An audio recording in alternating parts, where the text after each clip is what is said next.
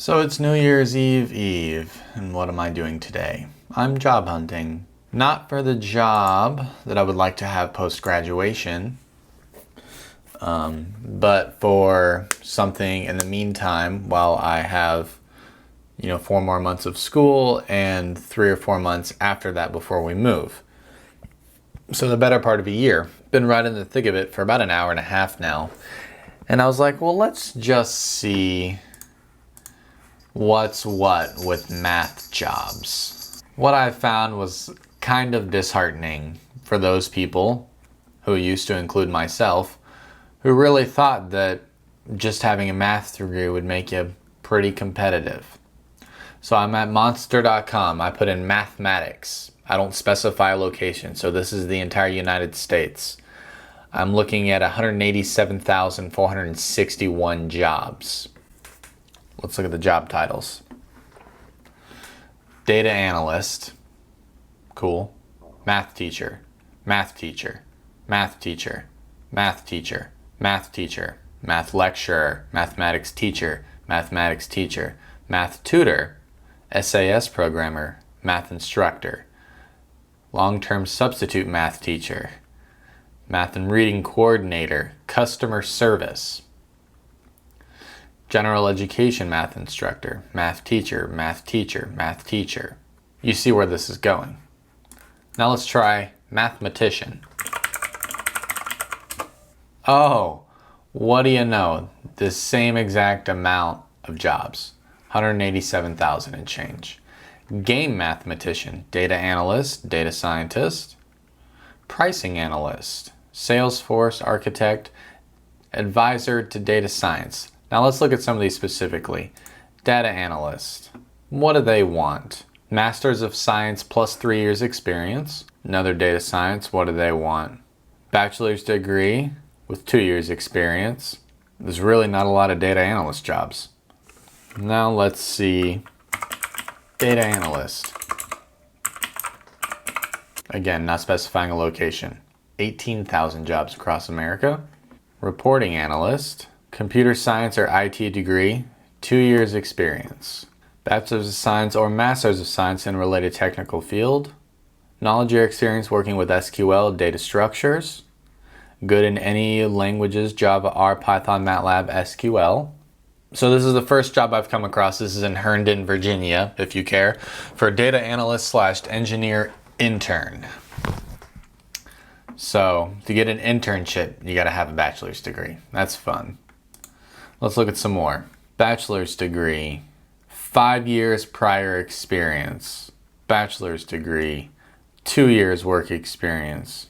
Bachelor's degree, 1 to 2 years systems integration and data management experience in a progressive large IT environment. Data visualization analyst, not far from me in Jacksonville. 3+ years experience. Doesn't say anything about a degree. Interesting. Bachelor's degree in computer science or related field, 1 to 2 years. Let's look at programming. 334,000 jobs across America. Here's one from Northrop Grumman. Must have a secret clearance.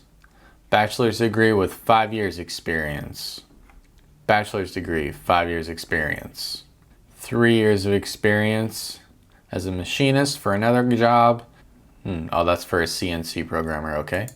2 years experience in Python for this job. Strong Python programming experience utilizing data analysis and visualization. Minimum bachelor's in math, stats, or computer science. Back-end Java developer in Colorado. Let's see.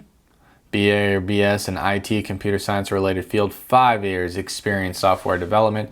2 years experience as a DevOps engineer, network engineer, etc. Entry-level software programmer. Here we go. This should be interesting. Bachelor's degree. Bachelor's degree in related field from accredited college. Okay. Pretty reasonable. They don't have anything about... They say they prefer experience, but... Alright. Another Java developer. 2 to 8 years experience in programming. Strong experience in object-oriented programming and design development. Nothing about a degree. Oh, bachelor's degree in computer science or related discipline. Master's degree is a big plus, quote. 2 to 5 years Java experience for this and bachelor's degree or higher in computer science, information systems, software engineering related field. So you get the idea. If you're just getting a bachelor's in math, you need to think long and hard about what you're going to do with that. Because the chances of you finding some job that just is totally happy with a bachelor's in pure or applied math or whatever is going to be basically zero.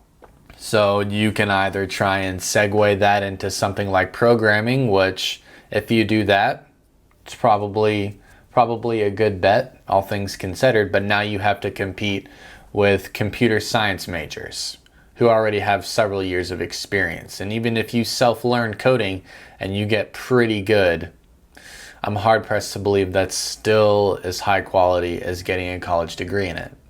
You can, and that segue into coding, it's obviously going to apply to data science as well. That's just going to be more statistics heavy and data visualization heavy. But if you step out of that math field, now you have to compete with other people who have already been doing that field for a while. So that's kind of what I'm running into now. I'm trying to segue into writing in some form, whether that's technical writing or science writing for some type of university or publication. Or maybe even freelance, I don't know yet. But now I have to compete with people who have journalism degrees, people who have English degrees, people who already have some type of experience, and they just, generally speaking, they know the ropes better. And so it kind of puts you behind the curve, and really my only saving grace is my internship right now. Otherwise, I would have nothing to show for it, and I would probably have a snowball's chance in hell of being successful at that.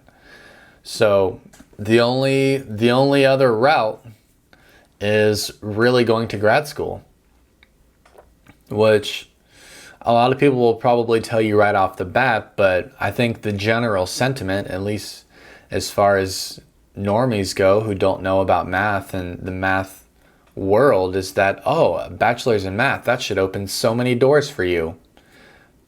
Newsflash, it doesn't. So grad school or segue into something else, unless you can, I don't know, find that 1 in a million job that's good with it and you're actually going to use math in at a bachelor's level. Ooh, I'm not sure it exists based on what I found or what I haven't found, honestly. So that's kind of frustrating, and especially for those of us who put so much effort into this major and are like, yeah, let's do this. And then they're like, well, I can either compete with a bunch of other people in their field, or I can be a math teacher for K through 12, which a lot of people don't want to do, and I don't blame them. I don't want to do it either. I can't deal with kids for more than 30 minutes at a time. Or they have to go to grad school and do it for another 2 to 3 years. And even then, they still have to get good at something else like coding in order to be a data analyst. So the road does not end with a bachelor's degree if you want to have a job that's very mathy. Frustrating, but I mean, right now I'm not looking for that in particular, but I'm definitely trying to get a better feel and perception on how this is going to go and precisely how rough it's going to be.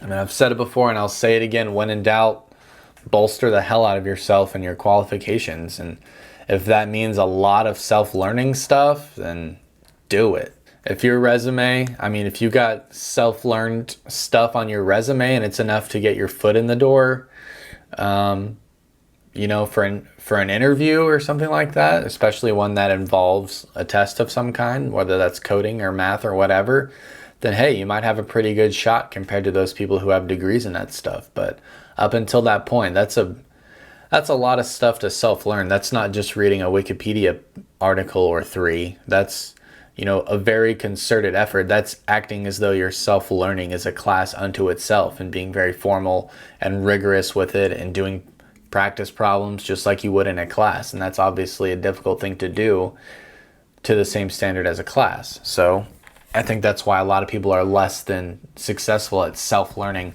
really complex big things, especially coding. So, because anyone learn how to write a couple lines of code, but matching the rigor of a college classroom is a very, very difficult thing to do. So I just thought I would share some of these fun little nuggets and discoveries. So back to looking for a part-time job. See you later.